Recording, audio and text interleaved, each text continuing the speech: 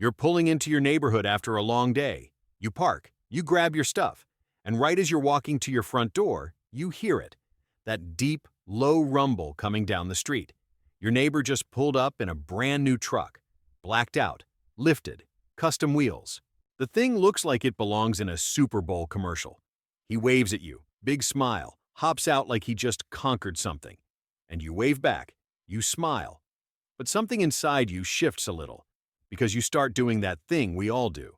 You look at his truck, you look at your car, you look at your life, and this quiet little voice in the back of your head goes, "Am I falling behind? How is this guy affording that?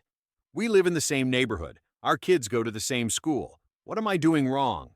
If you've ever had that moment, that weird mix of curiosity and self-doubt standing in your own driveway, stay right here, because today I'm going to show you something that will completely flip how you see that truck, that neighbor, and honestly, this entire game. What I found out might make you feel a whole lot better about where you actually stand. See, most people look at someone else's nice car and assume they're doing well. That's the logical thing to think, right? Nice truck, nice life. But that's not what the data says. Not even close. The real story behind that shiny truck in your neighbor's driveway is way darker than you'd expect. And almost nobody talks about it because it makes people uncomfortable. Today, I'm going to walk you through exactly what's going on. Show you why millions of Americans are projecting an image of wealth while drowning financially, and what the actually wealthy people in this country drive instead. And I'll give you a hint right now. It's not what's parked next door. Quick thing though, nothing I say here is financial advice or an investment recommendation.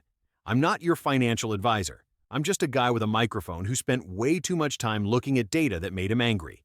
This is a broad look at how money, cars, and illusion actually work in this country. That's it. We good? Good. My name's Blake, and this is what I do. I dig into the stuff that nobody wants to talk about but everybody needs to hear. I break it down so it actually makes sense and actually changes how you move. And if this is your first time here, I want you to know something. When you hit that subscribe button on this channel, you're not signing up for clickbait or guru nonsense. You're getting honest, real conversations like this one every single week that will genuinely shift the way you think about money. I don't say that to sound cool. I say that because the people who've been here for a while will tell you the same thing. Stick around and see for yourself. All right? Let me paint a picture for you. Saturday morning, your kid has a soccer game. You pull into the parking lot, find a spot, and before you even get out of the car, you look around. Ford F-150 Platinum, Chevy Tahoe, GMC Sierra Denali, Ram TRX, another F-150, a BMW X5 sitting next to a Jeep Grand Cherokee L, then a Tundra, and surprise, another F-150. This parking lot looks like a luxury car show, and for a second you think, do all these parents know something I don't? Am I the only one here not driving something brand new? But then you step back and think about it. You look at the neighborhood, regular houses, maybe $250,000, $300,000. These are regular jobs. Teachers, electricians, sales reps, nurses, small business owners, good, hardworking people, salt of the earth Americans. So how are all these people affording $70,000 vehicles? Here's the uncomfortable truth. Most of them aren't. The average price of a new car in this country right now? Over $48,000. The average American household income? Around $59,000. Let that math hit you for a second. People all around you are routinely buying vehicles that cost almost an entire year of their gross salary. Before taxes, before rent, before groceries, before the electricity bill, before the kids' braces, before literally everything else in life. That is insane. And nowhere else in the developed world do you see this kind of gap between what people earn and what they park in their garage. This is a uniquely American epidemic. And once you understand how it works, you'll never look at your neighbor's driveway the same way again. Let's go to the numbers first, because the numbers are wild. Americans currently owe over $1.6 trillion in auto loan debt. Trillion. With a T.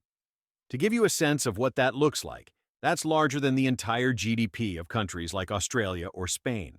We owe more on cars than some entire nations produce in a full year. That number alone should make you pause. And here's the thing. It's accelerating. The average auto loan used to be 48 months, 4 years. That was normal. That was the standard. Now the average has climbed to 72 months, 6 years. And some dealerships are now casually offering 84 and 96-month terms. 96 months. That's 8 years of payments on a thing that starts losing value the second you drive it off the lot. By the time you make that final payment, your kid who was in a car seat when you bought it is asking to borrow the keys. And roughly 1 out of every 4 Americans right now is what they call underwater on their auto loan. That means they owe more on the car than the car is even worth. Think about that. That guy at your office with the brand new Tahoe? There's a 1 in 4 chance he owes more on it than it's worth. He's making payments every month on something the bank owns more of than he does. Average monthly payment on a new car right now sits around $730. Used car? About $530 per month. Now here's where I need your full attention. This is the part that completely changed how I see parking lots. That $730 a month your neighbor is handing to the bank? If he took that same money and dropped it into a basic S&P 500 index fund averaging around 10% a year, in 10 years, he'd be sitting on over $140,000. In 20 years, pushing close to $500,000. No business, no house flipping, no crypto gamble. He just doesn't buy the truck. That's the whole strategy. The real cost of that truck in your neighbor's driveway is not the sticker price. It's not the monthly payment. It's every dollar his future self will never have because he traded it for a depreciating machine. And he doesn't even know it yet. Now, speaking of trucks, we got to go here because this is where it gets really, truly peak America. The 3 best-selling vehicles in the United States are all pickups: Ford F-150, Chevy Silverado, Ram 1500. We buy more trucks than any other type of vehicle on Earth. America and trucks. It's practically a love story at this point. And I get it. I genuinely get it. Trucks are cool. They look good. They sound good. They feel powerful. And there's a whole identity wrapped up in owning one. The commercials sell you this vision. You're tough. You're independent. You work hard. You earn this. A real American drives a real truck. Here's the part nobody says out loud, though. Studies show that roughly 75% of truck owners use the bed of their truck less than once a month. Most of these pickups have never towed a trailer, never hauled a sheet of plywood, never left the pavement. The most intense terrain most of them have conquered is the speed bump at the Target parking lot. Buying a fully loaded $70,000 truck to commute 40 minutes to an office every day is like buying a commercial kitchen to microwave Hot Pockets. You're paying premium prices for capabilities you will literally never use, just so you can look a certain way to strangers you'll never talk to. And the price trajectory is bananas. A Ford F-150 in 2005 ran you about 25 grand. Today, a Lariat or a King Ranch trim goes for $65,000 to $80,000. The price has tripled in 20 years. Meanwhile, the average salary went up maybe 30%. The math stopped mathing a long time ago. So here's the obvious question. If the numbers are this bad, if the math is this clear, why do people keep doing it? And this is where it gets really fascinating, because it's not about intelligence, it's about psychology.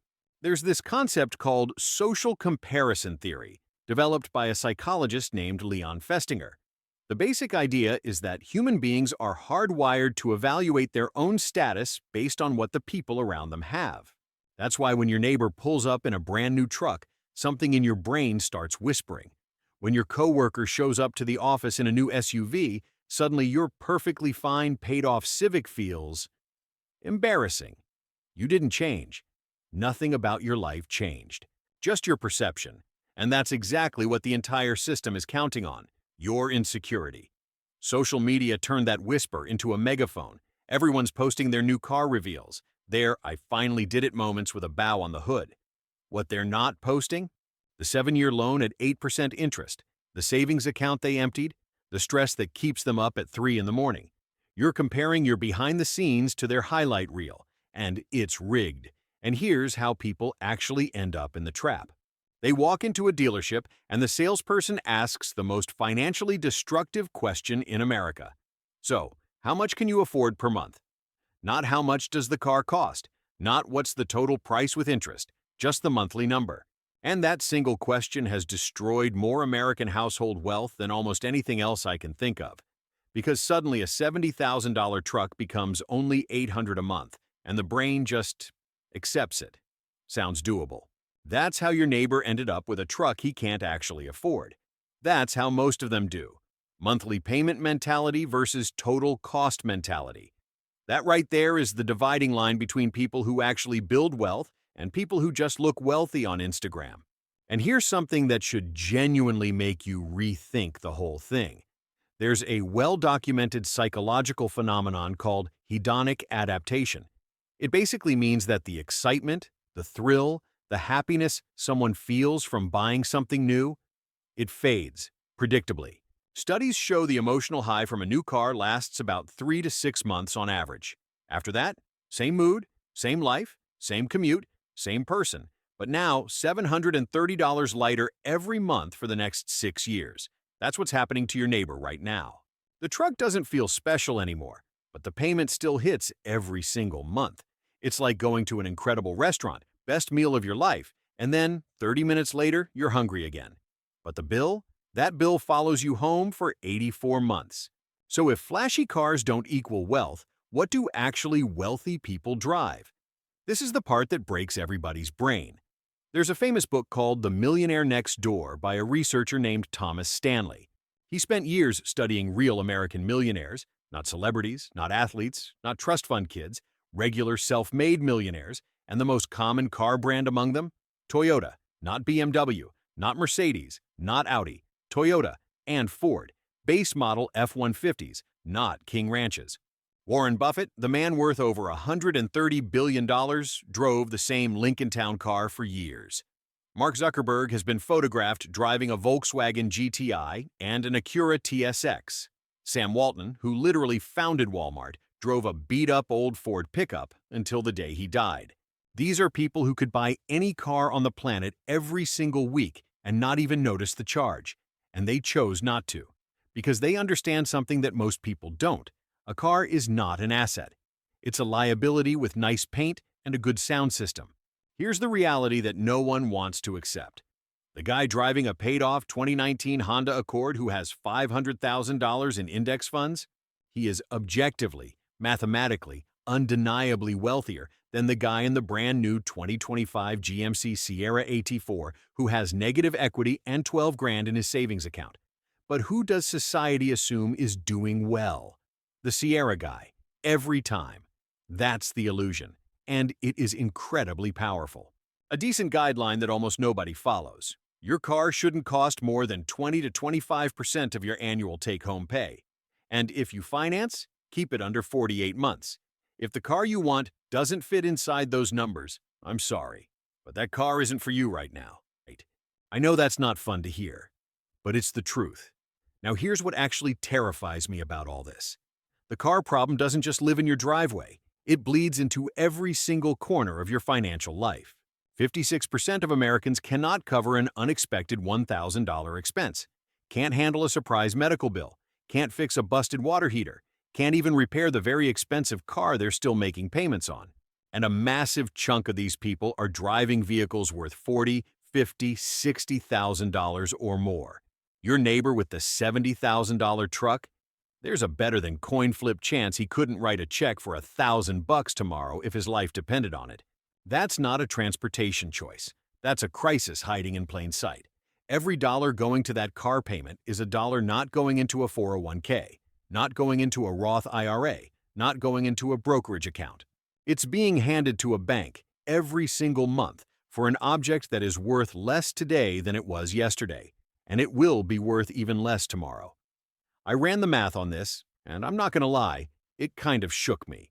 If a person spends just $400 more per month on a car than they actually need to, just the excess, from age 25 to 65, and they had invested that difference at 10% average return, that's over $2 million. $2 million. Not from a side hustle, not from some genius stock pick, just from not overspending on a car. Gone, evaporated, traded for leather seats, a panoramic sunroof, and a badge. And it doesn't stop at money. Financial stress is the #1 cause of divorce in America. Not cheating, not growing apart, money fights. And when both people in a household are carrying $700 and $800 car payments, the pressure builds fast. These families aren't just losing dollars. They're losing sleep, losing patience with each other, grinding overtime just to keep up with payments on something that's parked in a lot right now, doing absolutely nothing, losing value by the hour. Then there's the trade-in cycle. This one's nasty. Every 3 to 4 years, people get bored and want something new. So they take their current car to the dealer, roll the negative equity into the next loan, and start the whole thing over again. Except now, the loan is bigger. The payment is higher. The hole is deeper. It's a financial hamster wheel, running as fast as they can, never moving an inch. They're not building a life. They're financing a lifestyle. And those are two very different things. And you?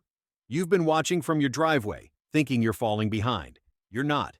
You might be the only one on your street who's actually moving forward. So now you know the truth. The question is, what do you do with it? How do you make sure you never end up on the wrong side of this? First, the 24-10 rule.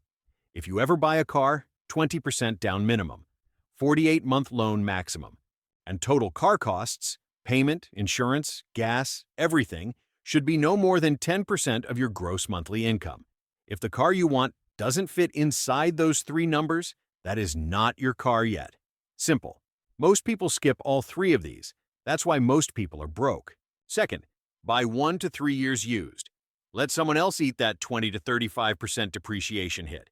You get basically the same car, 90% of the experience, for 65% of the price. That's not being cheap. That's being the smart one on the block.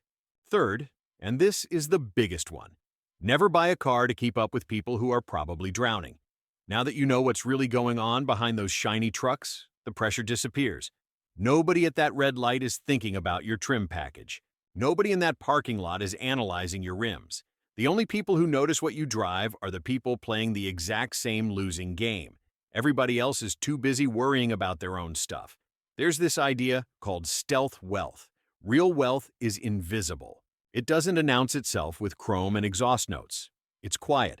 It's a portfolio growing in the background. It's options. It's the ability to walk away from a bad job because you can. It's knowing that if something goes wrong tomorrow, you're covered. That's the real flex, not horsepower. Freedom. So next time you're sitting in traffic and a $75,000 truck rolls up next to you with the custom wheels and the lift kit, don't think, man, that guy is crushing it. Think, I wonder how much of that truck actually belongs to the bank. Because here's the truth that nobody puts on a bumper sticker. Being rich is a number in your account, not a logo on your steering wheel. The real flex isn't what you drive, it's what you own. And you cannot own your future if the bank owns your car. I'm Blake. I'll see you in the next one.